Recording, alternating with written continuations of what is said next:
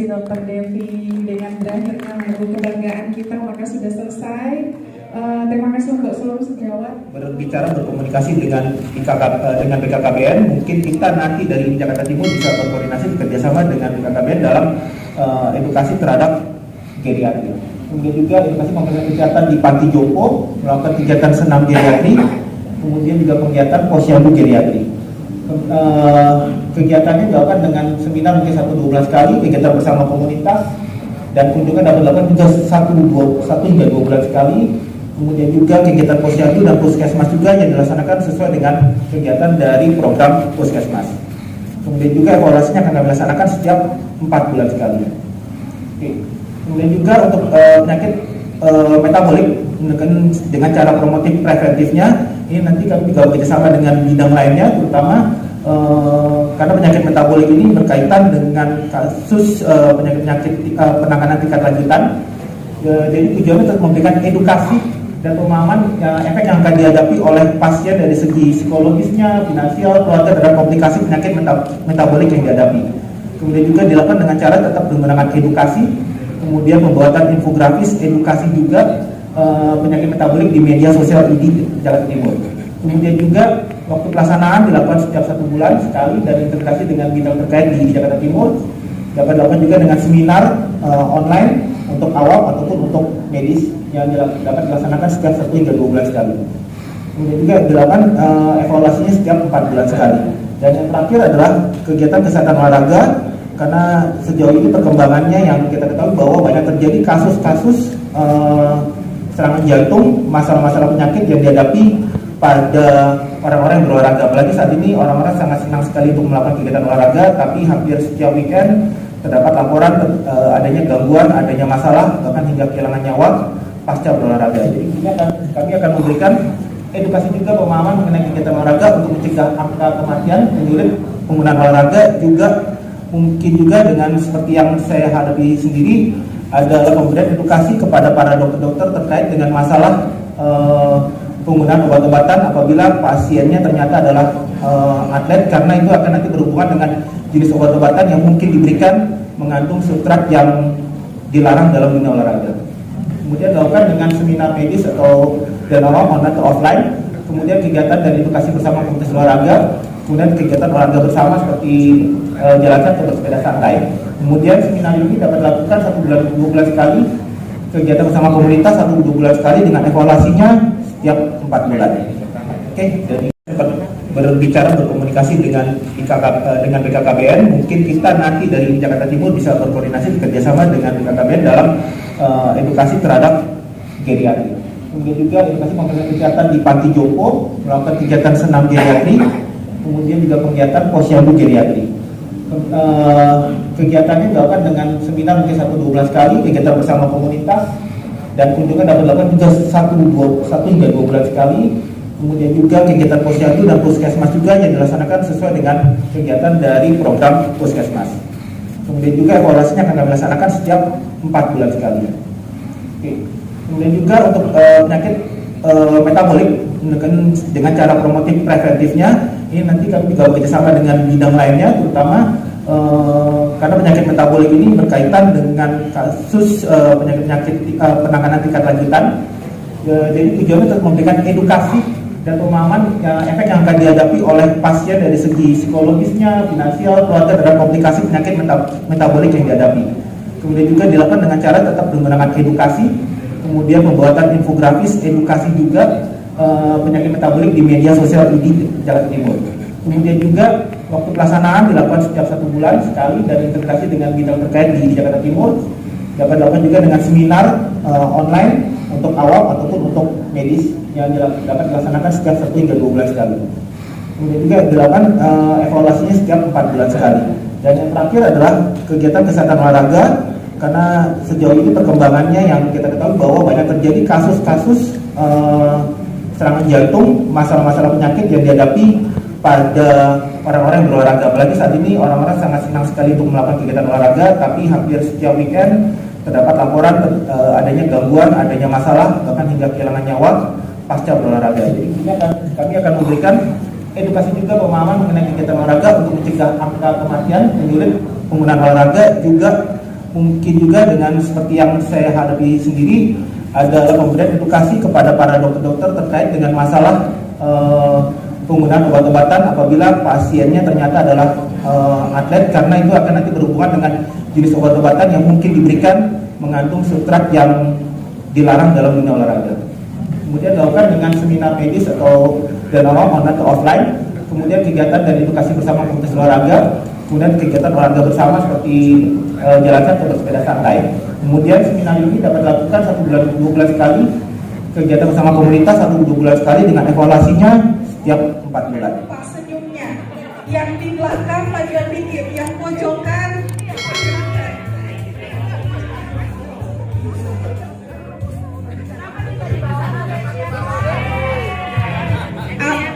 Video. Mohon izin yang sebelah sini nggak kelihatan nih. Boleh bergabung. Gimana?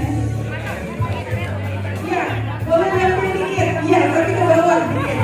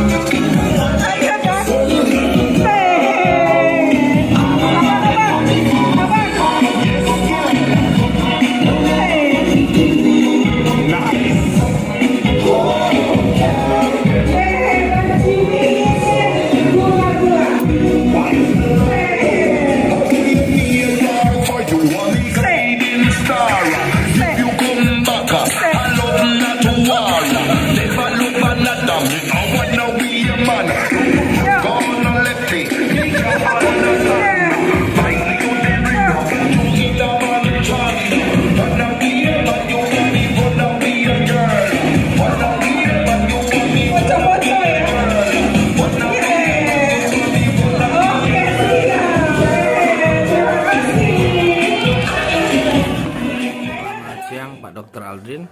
Hari ini raker ID Jakarta Timur, cabang Jakarta Timur yang pengurus baru yang dipimpin Dr. Huntal. Saya sebagai ketua wilayah ID Jakarta, wilayah Jakarta, Provinsi Jakarta. Harapannya seperti apa dan di raker ini planningnya seperti apa? Ya. Jadi sebagaimana kita ketahui bersama bahwa satu organisasi itu berisi dari banyak orang yang memang memiliki satu tujuan bersama. Tapi bagaimanapun juga dalam mencapai tujuan itu setiap orang memiliki cara pandangnya masing-masing. Untuk itu kita perlu melakukan suatu konsolidasi ya, agar apa yang kita laksanakan itu bersinergi ya, bersinergi sehingga hasilnya bisa lebih efektif, bisa lebih efisien ya. Nah, untuk itu kita perlu melakukan raker ya, raker yang bisa menerjemahkan ya, apa yang menjadi harapan organisasi yang dilimpahkan kepada tanggung jawab ketuanya, ketua cabang ya. Ketua cabang kemudian mendelegasikan kepada seluruh pengurusnya ya. Dan itu kita bisa saling berkaitan, saling membantu sehingga apa yang menjadi tugas dari ketua cabang itu menjadi lebih mudah. Oke. Namanya pengurus kan berarti mengurusi anggota yang ada 6.000 di Jakarta Timur. Ya, ada 6.000. Dari tadi ada komplementer, pemberdayaan masyarakat, ada hal lain-lain dari bidang-bidang itu. Sasarannya seperti apa targetnya? Sesuai tupoksinya itu, Pak? Iya. Jadi tadi ya artinya ketua itu mempunyai satu tanggung jawab. Nah, ya karena tidak mungkin semua diselesaikan oleh ketua, maka ketua mendelegasikan tanggung jawabnya ya, kewenangannya kepada bidang-bidang ya sesuai apa yang menjadi tanggung jawab ketua tadi. Salah satunya organisasi misalnya ya. Maka organisasi itu harus mempunyai satu kegiatan yang untuk memperkuat ya. Yang pertama harus memperkuat dulu dari sisi dalamnya, bagaimana aturan mainnya, apa yang menjadi satu persyaratannya ya. Itu yang harus dia bangun. Kemudian ada lagi misalnya hubungan antar lembaga. Bagaimana dia bisa menjadikan dirinya menjadi suatu alat transportasi dalam menghubungkan antara ID dengan stakeholder lainnya sehingga pencapaian itu akan lebih mudah karena dilakukan oleh bentuk jejaring. Kesejahteraan dan pengabdian masyarakat. Ya. Kalau kesejahteraan tadi jangan terfokus pada bahwa kita yang harus berbuat sendiri. Kalau bisa dengan nama besar ini, kita bisa memfasilitasi usaha dari yang dimiliki oleh dokter-dokter. Misalnya ada dokter yang punya catering, ya. Coba melalui ID itu bisa disalurkan kerjasama dengan RSUD ya, atau apa, ya. Sehingga dia bukan pelaksananya sendiri, masak sendiri ngapain, ya. Tapi bagaimana jejaring kuatnya ID itu bisa dipakai buat, ingat loh, kesejahteraan itu bukan organisasinya, tapi anggotanya, ya. Jadi jangan kita terlampau sempit mikir gimana uangnya masuk ke ini, tidak, ya. Tapi bagaimana anggota itu bisa sejahtera adanya ini. Contoh juga yang bisa dilakukan kesejahteraan itu banyak, ya. Ada yang materi, ada yang non materi, kan. Ya, seperti mengisi soal hati, kalbu, ya itu kan kesejahteraan, ya. Musik kayak tadi, ya. Rupanya Pak Untal mau menyaingi kami di wilayah, ya. Saya kepaksa promosi duluan. Di lantai 5 kita lagi mau buat yang namanya lounge. Silahkan nanti kalau mau nyanyi-nyanyi boleh, ya. Ya kalau di cabang mungkin mau dibikin di atas lagi, silahkan. Ya, itu ya. Kemudian yang ketiga tadi pengabdian masyarakat, ya. Itu juga jangan sampai kegiatannya berhenti. Oh, masyarakat ke situ gitu, ya, membantu pengobatan itu baik, tapi bisa juga memberi satu ilmu buat dia, ya kan, sehingga dia contoh, ya, bagaimana kita kerjasama dengan posyandu yang mempunyai kader, kan gitu, ya. Kan itu perannya luar biasa tuh. Kader itu kalau nggak dibimbing dia jadi kader. Saya lihat tuh begitu tuh dia, ya. Nah, coba dibantu karena ada keterbatasan pemerintah juga, kan, sehingga kita bisa masuk menunjukkan peran bahwa adanya ini di cabang Jakarta Timur, kadernya mungkin menjadi juara-juara nasional misalnya, ya kan, satu saat dia pasti akan terangkat. Kemudian bisa kerjasama tadi dengan yang terakhir komplementer, ya. Jadi kalau kita lihat bahwa aturannya di WHO, ya, komplementer itu, ini sekalian komplementer, ya. Sebetulnya di dunia itu kan disebut 3, konvensional, tradisional, garis miring, komplementer. Ya, dulu ada complementary alternative medicine, sekarang udah nggak ada, complementary dan tradisional. Konvensional kita udah nggak masalahkan. Semua Western medicine itu adalah konvensional, kan gitu, ya, yang sudah diakui artinya. Nah, begitu kita bicara tradisional adalah asli dari negara tersebut. Tapi kalau dia bukan konvensional dan bukan tradisional dari daerah tersebut, maka dia akan masuk ke komplementer. Ya, itu aturannya di WHO yang kita adopt di PP 103 tahun 2014. Ya, jadi nanti bisa, dan itu bisa kerjasama dengan pengabdian masyarakat. Misalnya tadi kalau memang toga itu mau dibangun, ya, toga itu bisa di daerah-daerah lain. Kebetulan saya dulu di Kementerian Kesehatan di sana bidangnya. Itu di negara-negara lain, di kota-kota lain, ya, itu toga itu dijadikan penghasilan tambahan bagi masyarakat di daerah situ, ya. Ada yang dibuat emping, ada yang dibuat macam-macam minuman yang bisa dipakai, ya. Nanti kerjasama dengan hubungan antar lembaga, bagaimana perizinannya ke Dinas Kesehatan sebagai PIRT, ya, izinnya tuh izin PRT, ya. Nah, itu menjadi sesuatu yang sangat bermanfaat. Mungkin itu aja, Mbak Ci. Tentang link, ya, link. Kalau ada pertanyaan sehubung dengan P2KB, nanti akan memiliki handphone sarana komunikasi dari bidangnya yang bisa sampai secara cepat, ya. Nanti ada tembusan juga ke sekretariat. Nanti bisa menjawab keluhan atau konsultasi anggota, kadang-kadang untuk perpanjangan, kadang-kadang yang bertanya, ya, tentang capaian SKP-nya.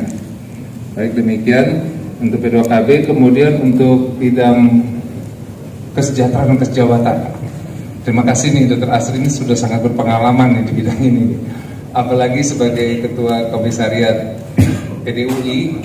Tentunya sangat banyak sekali berinteraksi dengan para anggota dokter umum di Jakarta Timur yang memang memerlukan apa sih langkah terobosan di cabang Jakarta Timur untuk memperhatikan kesejahteraan anggota.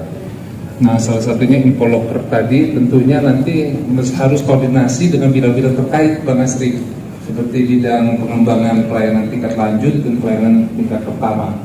Mungkin nanti kita bikin semacam hotline untuk menginformasikan tentang kebutuhan mencari tempat praktek gitu ya, dan juga untuk pindah tempat praktek misalnya. Dan tentang koperasi, kami menyampaikan bahwa koperasi yang lama itu tidak bisa diteruskan, dan itu karena keanggotaannya juga sudah expired ya.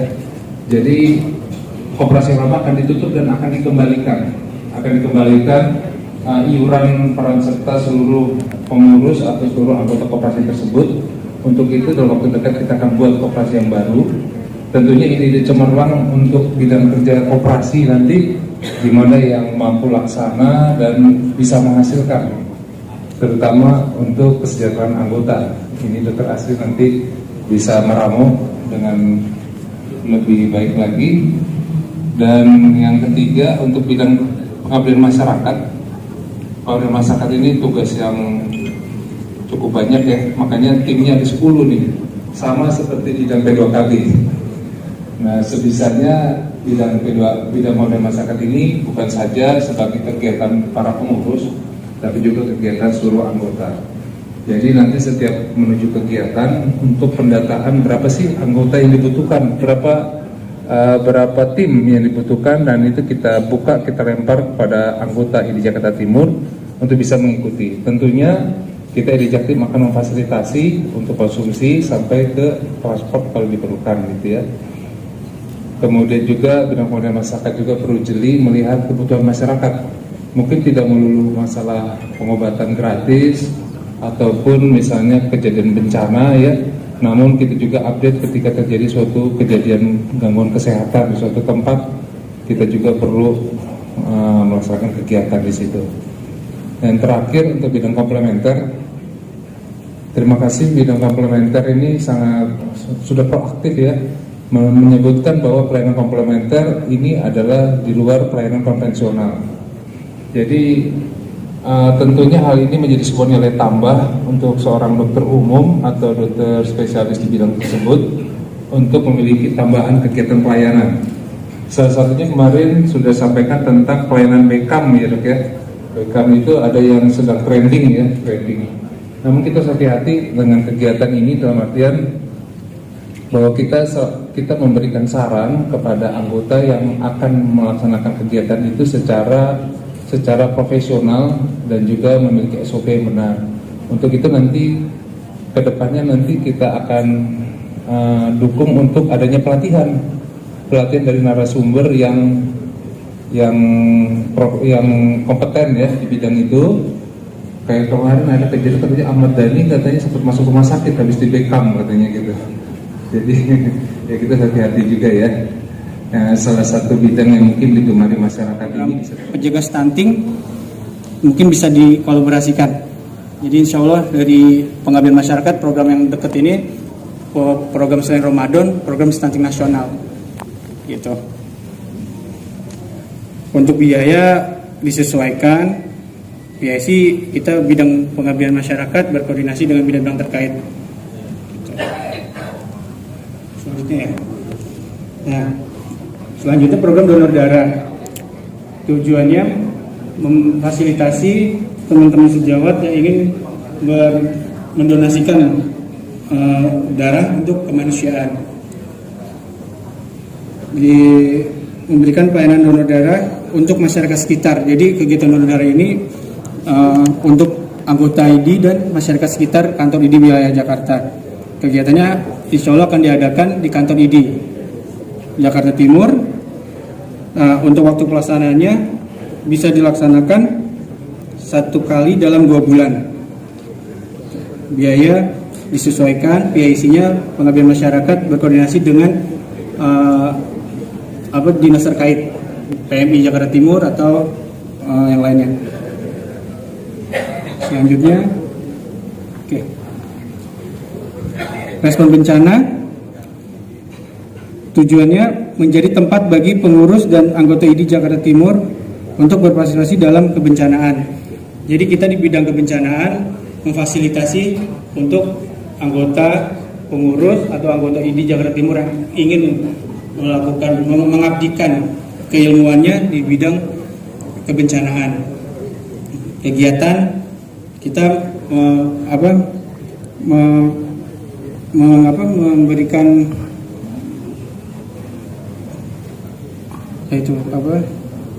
dari Dinas Kesehatan dan DKI yang lain ya, pemerintah Kota DKI, PBID dan ID wilayah. Waktu disesuaikan, biaya disesuaikan, dan PIC bidang kesehatan. Bukan ini anjuran apa yang kami dapat waktu kami bertanya di waktu kami ikut rapat tingkat operasi supaya dari cukup. Jadi kalau mau, memang PBID mengharapkan tiap-tiap cabang ada operasinya. Nah, kalau di timur ini katanya sih operasi yang lama, sebelum rapat anggota dulu, mereka bubar, baru kita bikin baru. Kayak kami bisa akan gitu. Mungkin itu yang lagi kan nanti ada teman-teman silakan. Terima kasih. Assalamualaikum. Hari ini tanggal 19 Februari 2023 ID Cabang Jakarta Timur menyelenggarakan rapat kerja pengurus ID Cabang Jakarta Timur sebagai amanah dari tugas yang diberikan dari pengurus besar Ikatan Dokter Indonesia atau pengurus tingkat nasional untuk melaksanakan kegiatan rapat kerja satu kali dalam masa kepengurusan. Masa kepengurusan kami adalah 2022 sampai 2025. Tujuan adalah melayani anggota dan melayani masyarakat. Nah, kami memiliki ada 14 bidang dalam bidang kerja ya, yang dibawahi oleh masing-masing wakil ketua, dan semua bidang itu membuat program kerja masing-masing. Yang sudah kita susun di dalam rapat yang bersifat bottom up, mulai dari rapat bidang, rapat bidang kecil, rapat bidang besar gitu ya. Nah, bidang satu itu kita memiliki adalah bidang biro hukum, pembinaan pembelaan anggota, kemudian bidang organisasi, kemudian bidang hubungan antar lembaga, dan bidang pusat data dan informasi. Nah, ini masing-masing memberikan usulan-usulan dan rencana-rencana kerjanya. Seperti bidang pusat data akan mengembangkan lagi website ID Jakarta Timur, bukan saja akses kepada anggota tapi juga kepada masyarakat yang membutuhkan. Nah, akses ini, aplikasi ini diberikan secara bahkan bisa sampai interaktif, sampai digitalisasi mengisi data. Jadi anggota nanti ke depannya tidak lagi mengirimkan berkas secara fisik, bisa secara online atau digital. Kemudian wakil ketua bidang 2, ketuanya adalah Dr. Imelda S. Datau, tadi wakil ketua 1 adalah Dr. Fuad. Wakil ketua 2 ini membawahi bidang P2KB untuk pendidikan berkelanjutan dokter. Ketika kita perpanjangan selama 5 tahun, kita wajib untuk mengisi keanggotaan pembelajaran selama 5 tahun yang sudah dilakukan, dan pelayanan-pelayanannya. Juga bidang kesejahteraan dan kesejahteraan, ini bidang spesial juga nih, bahwa ID ikut memikirkan kesejahteraan anggotanya ya, dan bagaimana kesejahteraan para dokter itu bisa meningkat selama masa kepengurusan kami. Yang ketiga adalah bidang pengabdian masyarakat, dan terakhir adalah bidang pelayanan komplementer. Bidang pengabdian masyarakat juga bidang yang tunggu-tunggu nih oleh masyarakat ini. Bagaimana peran ID bisa secara proaktif membantu masyarakat, bukan saja ketika bencana sudah pasti kita harus ikut turun, tapi juga ketika problem-problem sosial, kesehatan, problem sosial itu ya. Ambil contoh seperti stunting misalnya, ada kejadian suatu tempat ternyata stuntingnya banyak, nah kita perlu turun ke sana, perlu edukasi masyarakat, kita perlu screening masyarakat gitu ya, supaya intinya kita ID mendukung program pemerintah untuk meningkatkan derajat kesehatan masyarakat. Yang terakhir adalah bidang 3 yang sebentar lagi akan selesai. Itu adalah bidang-bidang lebih ke arah pelayanan kedokteran. Jadi kita ada bidang pengembangan pelayanan tingkat lanjut atau pelayanan di rumah sakit. Kemudian ada pengembangan pelayanan tingkat pratama atau tingkat klinik dan dokter praktek mandiri. Yang ketiga adalah pelayanan penyakit menular. Nah, itu juga memerlukan konsentrasi khusus ya. Ingat, kita pernah mengalami pandemi secara nasional selama 3 tahun. Kemudian ada lagi pengembangan pelayanan penyakit tidak menular. Nah, ini perlu nih edukasi nih bagaimana memelihara kesehatan dengan baik, dan yang terakhir adalah bidang JKN. JKN ini memberikan konsentrasi khusus karena ada update-update terbaru supaya semua dokter ini bisa melayani dengan maksimal dengan segala perubahan-perubahan yang ada. Jadi ID Jakarta Timur tadi sudah melaksanakan raker, sudah dihadiri juga oleh Kepala BPJS Jakarta Timur yang baru, Bapak Mega Ayuratna, yang merupakan Kepala BPJS Jakarta Timur yang baru. Nama lengkap beliau adalah Bapak Mega Yuda Ratna Putra. Bapak Mega Yuda Ratna Putra, SEMMAAK. Beliau baru pindah dari Kota Bekasi, sekarang menjabat sebagai Kepala BPJS Jakarta Timur. Juga ada mewakili suku dinas Kesehatan Jakarta Timur, Dr. Indra Setiawan, ini diwakili oleh Dr. Citra tadi, Kepala SDK, dan juga dari PTSP juga hadir Ibu Ani Cahyani-Ngati, Sarjana Farmasi Apoteker. Tadi kita sudah sinergitas dan kolaborasi bahwa ID Jakarta Timur siap bekerja sama dengan seluruh stakeholder, juga dengan seluruh instansi terkait dalam pelayanan kepada anggota dan kepada masyarakat. Terima kasih. Kendala biasa lama ini apa, dan itu apa yang akan diperbaiki? Baik, terima kasih. Jadi mengenai kendala yang dihadapi adalah bagaimana upaya kami untuk mendapatkan standar pelayanan kesehatan yang tertinggi buat masyarakat.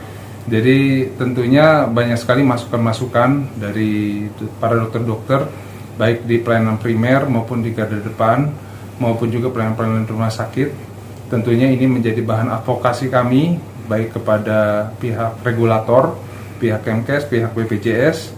Intinya bahwa kami dari Ikatan Dokter Indonesia sangat membantu buat anggota bisa melakukan pelayanan dengan sebaik-baiknya. Jadi seluruh aturan regulasi kami siap laksanakan dan kami siap memberikan.